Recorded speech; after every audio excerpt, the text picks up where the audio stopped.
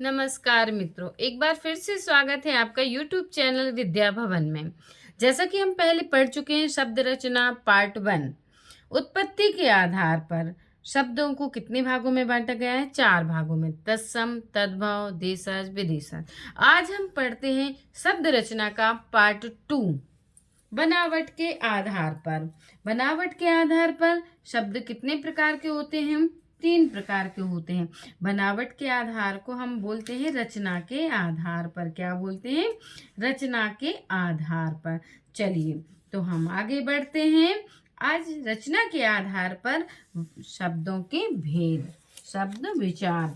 चलिए आज हम पढ़ते हैं बनावट के आधार पर शब्द रचना का पार्ट 2। शब्द रचना भाग 2। शब्द रचना का भाग 2।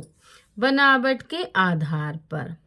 बनावट के आधार पर। बनावट के आधार पर शब्द कितने प्रकार के होते हैं? 3 प्रकार के होते हैं। कौन कौन से? पहला शब्द है रूढ़ शब्द, दूसरा है यौगिक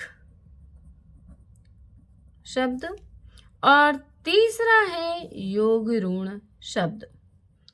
तीसरा है योग ऋण शब्द। तो चलिए हम जानते हैं क्या है ऋण शब्द, क्या है यौगिक शब्द और क्या है योग ऋण शब्द। चलिए सबसे पहले हम आते हैं ऋण शब्द। ये ऐसे शब्द होते हैं जिनके टुकड़े नहीं किए जा सकते।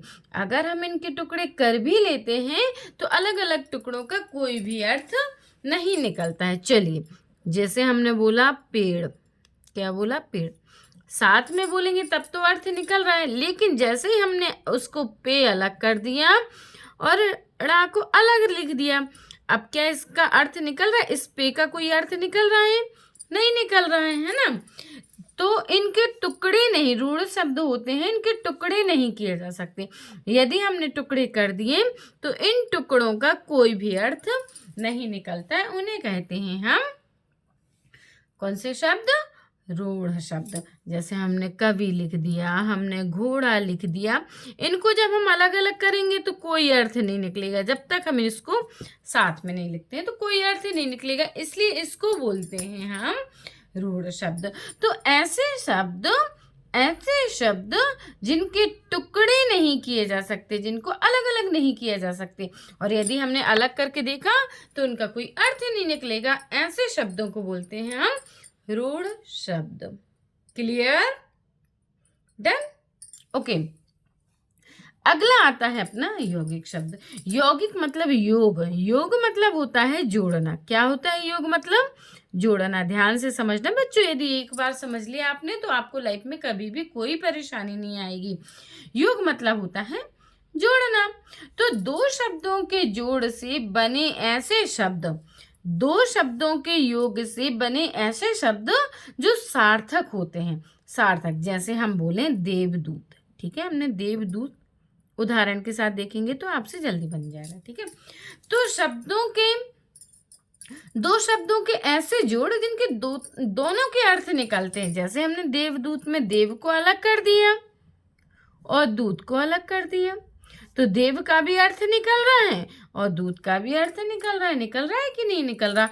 तो वही मैं बताना चाह रही हूं आपको कि जैसे देवदूत है, क्या है? देवदूत है।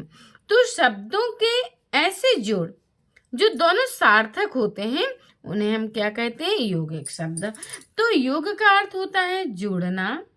दो शब्दों के जोड़ से बने सार्थक शब्द, दो शब्दों के जोड़ से बने सार्थक शब्द क्या कहलाते हैं?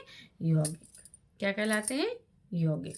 जैसे हमने लिख दिया पाठशाला। क्या लिखा? पाठशाला। इन दोनों को हमने अलग अलग किया। पाठ का भी अर्थ निकल रहा, शाला का भी अर्थ निकल रहा, तो दोनों शब्दों को हमने अलग अलग किया, दोनों सार्थक है ना। इनके मेल से बने शब्द को हम क्या कहेंगे? यौगिक। तो रूढ़ शब्द हो गए जिनके टुकड़े करने पर कोई अर्थ नहीं निकलता, टुकड़े किए ही नहीं जा सकते।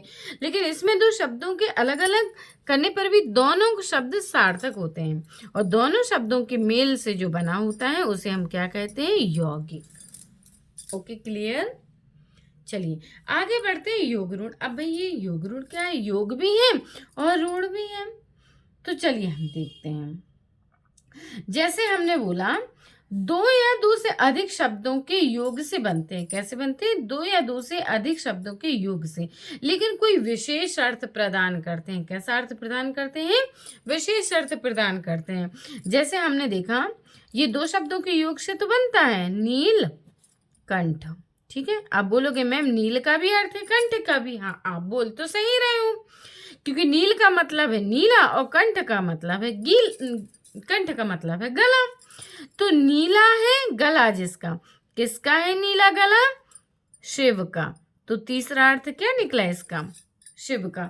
जो दोनों को अलग अलग करने पर तीसरा अर्थ निकलता है, उसे हम क्या कहते हैं, विशेष अर्थ निकला, उसे क्या कहते हैं हम, योग ऋण शब्द। क्या कहेंगे हम, योग ऋण शब्द। जैसे हमने बोला पंकज, जैसे अगला उदाहरण हमने लिखा पंकज।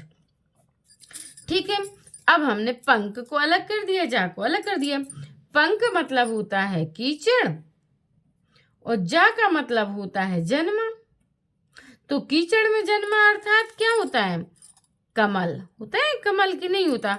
तो दो शब्द हैं, दोनों को हमने अलग अलग किया और विशेष अर्थ प्रदान कर दिया, तो उसे हम क्या बोलेंगे, योग ऋण। तो ये हो गया हमारा शब्द रचना का पार्ट 2, बनावट के आधार पर। बनावट के आधार पर शब्दों को कितने भागों में बांटा गया है, 3 भागों में। ऋण शब्द, यौगिक शब्द, योग ऋण शब्द। ऋण शब्द ऐसे शब्द जिनके टुकड़े नहीं किए जा सकते, यदि उनके टुकड़े करके देखेंगे तो उनका कोई अर्थ नहीं निकलेगा। ये हो गया हमारा ऋण शब्द। अब आता है यौगिक शब्द। योग शब्द का अर्थ होता है जोड़ना।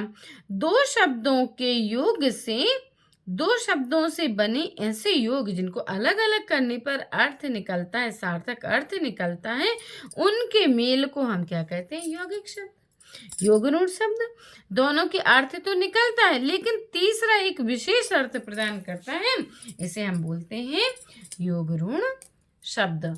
तो इसी वीडियो के साथ खत्म होता है हमारा शब्द रचना का पार्ट 2, बनावट के आधार पर।